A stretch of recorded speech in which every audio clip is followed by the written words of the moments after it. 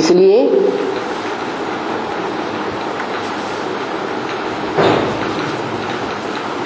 भगवान जिस रथ को लेता है वो रथ प्रकृति का बीज रूप पुतला है। क्या?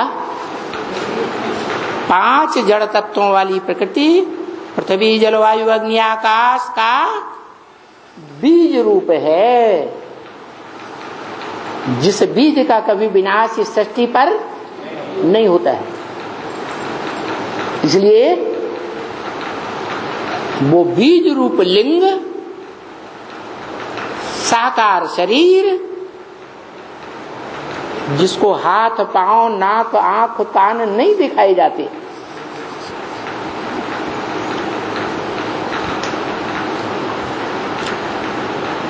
वो हाथ पांव नाक आंख कान की स्मृति से परे हो जाता है।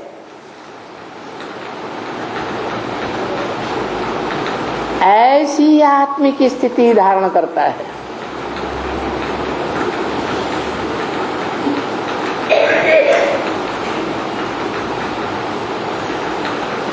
संपूर्ण आत्मा बन जाता है,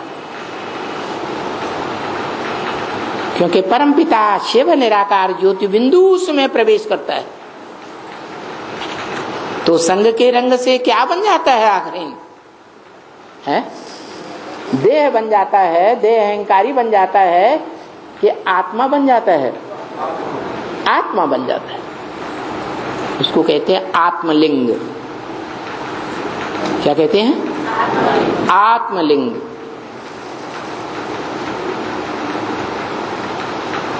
वो आत्मलिंग आत्मा का लिंग है, चिन्ह है।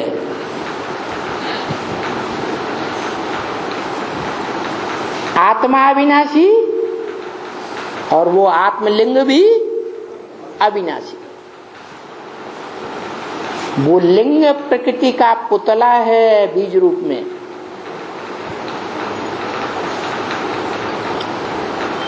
इसलिए प्रकृति रूपी माता है और वो प्रकृति पति है। आत्मा का पति है या 5 तत्वों के संघात शरीर रूपी रथ का पति है? आत्मा का पति।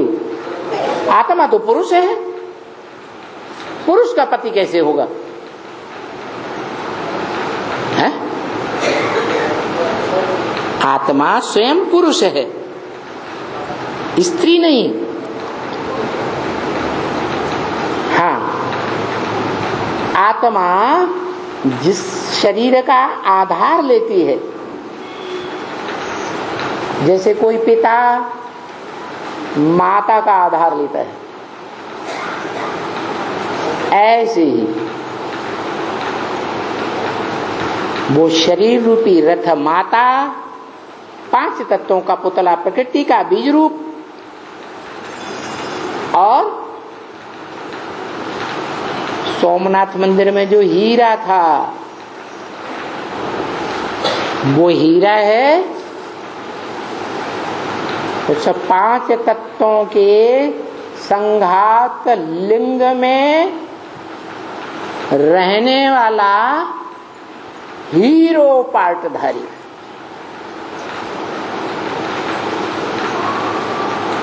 हीरो पार्टधारी वो बनता है या नीचे वाला बनता है? वो हीरो पार्टधारी नहीं बनता, वो आकर के युक्ति बताता है कि मुख्य मुख्य पार्टधारी या हीरो पार्टधारी कैसे बना जा सकता है। गीता में भी लिखा है अभ्यास है न तो कौनते वैराग्य थे। अभ्यास और वैराग, इन 2 बातों से आत्मिक स्थिति में एकाग्र हुआ जा सकता है, और कोई रास्ता नहीं है मन को एकाग्र करने का, अमन बनने का, अमन चैन से रहने का। यही एक रास्ता है। क्या? आत्मा ज्योति बिंदु को याद करो भ्रकुटी के मध्य में। कहा?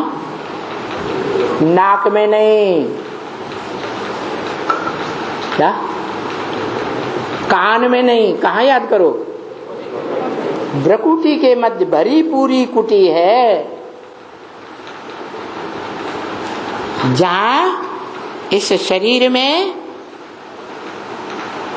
उत्तम से उत्तम पुरुषोत्तम बनने वाली आत्मा निवास करती है, उत्तमांग में, जिसकी यादगार में बिंदी लगाती हैं माताएं, और पुरुष टीका लगाते हैं। क्या हिस्ट्री में ये बात है कि राज परिवार के पुरुष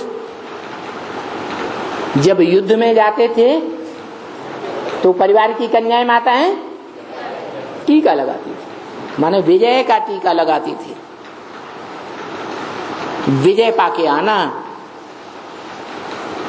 हार खा के नहीं आना, विजय का तिलक।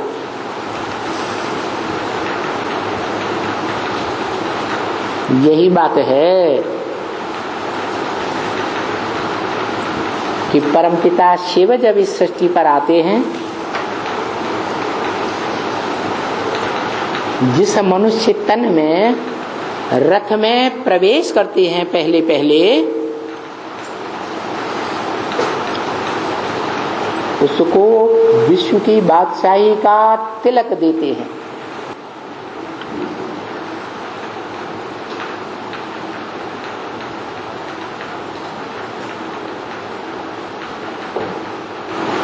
और बताते हैं तुलसीदास चंदन से तिलक दे रघुवीर।